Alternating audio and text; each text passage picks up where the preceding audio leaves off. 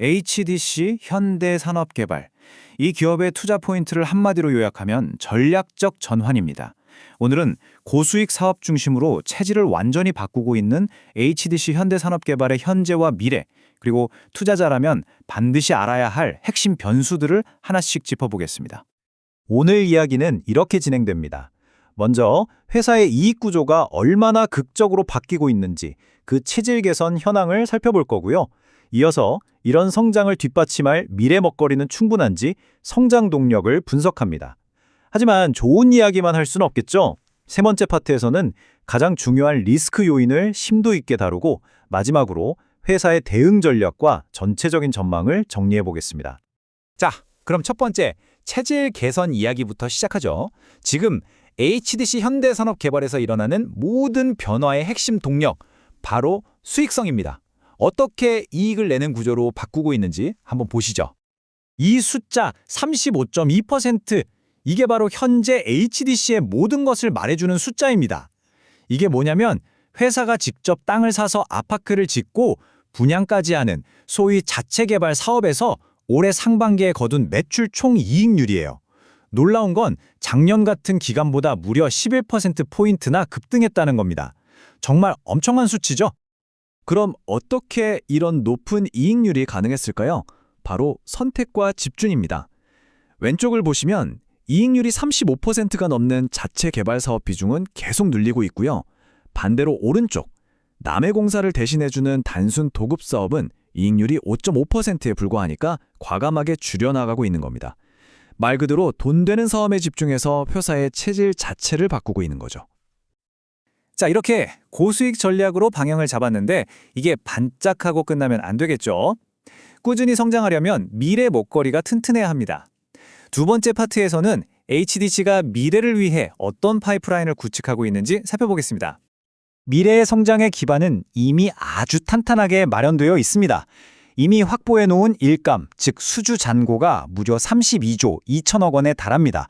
이 정도 규모면 앞으로 몇 년간은 안정적인 매출을 기대할 수 있다는 강력한 시그널이죠. 그리고 단순히 쌓아놓은 일감에 만족하는 게 아닙니다. 계속해서 공격적으로 새로운 일감을 따내고 있어요. 보시는 것처럼 올해 목표 중에 벌써 61%인 2조 8천억 원어치를 상반기에만 달성했습니다.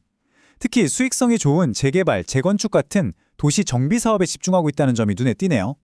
이 수주 잔고는 그냥 숫자에 불과한 게 아닙니다. 보시는 것처럼 당장 내년부터 서울원 아이파크, 천안 아이파크 시티 같은 아주 굵직한 고수익 프로젝트들이 줄줄이 착공을 기다리고 있어요.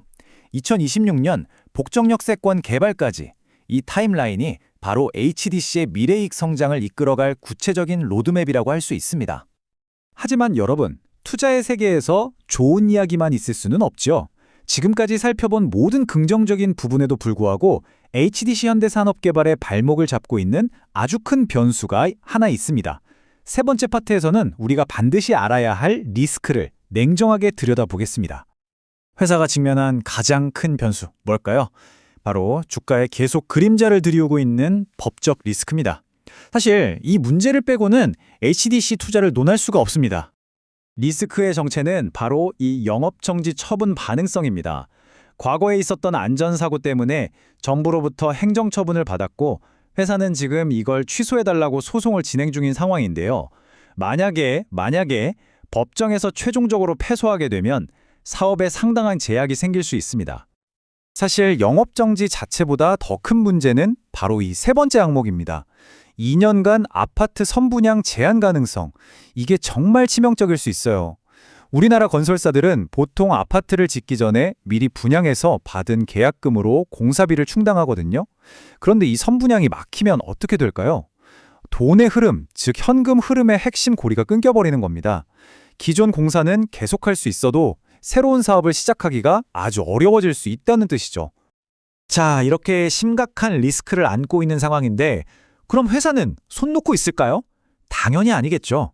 이런 불확실성 속에서 어떻게 버티고 또 성장을 준비하고 있는지 회사의 대응 전략과 향후 전망을 살펴보겠습니다.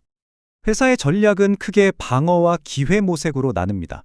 우선 1조 1천억 원이 넘는 현금을 쌓아두고 있어요. 만약의 사태에 대비한 강력한 방패막이죠. 동시에 아무 땅이나 사들이지 않고 아주 선별적으로 사업성 좋은 기회가 나타날 때만 잡겠다는 겁니다. 그리고 수요가 가장 확실한 서울 수도권 시장에 집중하면서 향후 시장이 회복될 때를 대비하고 있습니다. 여기서 또 하나의 긍정적인 전망이 나옵니다. 이 인용문처럼요. 한창 원자재 가격이 비쌀 때 시작한 공사들은 마진이 별로였는데 최근에 시작한 사업장들은 원가 구조가 훨씬 좋아졌다는 거예요. 그래서 그동안 수익성이 낮았던 외주 도급 사업 부문조차도 2026년부터는 이익률이 개선될 거라는 기대가 나오고 있습니다.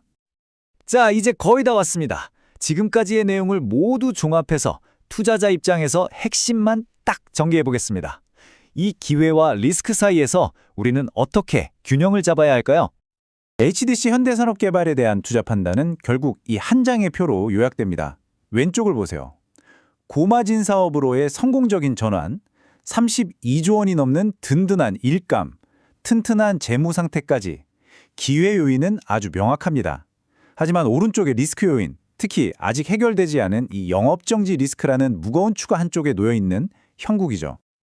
그래서 결국 이 질문에 도달하게 됩니다.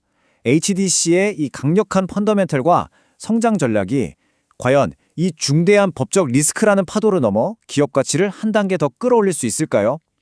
이 질문에 대한 답을 내리는 것은 결국 투자자 여러분 각자의 몫입니다. 오늘 분석은 HDC 현대산업개발에 대한 이해를 돕기 위해 준비했으며 종목 추천을 위한 영상이 아님을 다시 한번 말씀드립니다. 투자 판단을 위한 근거 자료로 적합하지 않을 수 있으며 모든 투자 판단의 최종 책임은 투자자 본인에게 있습니다.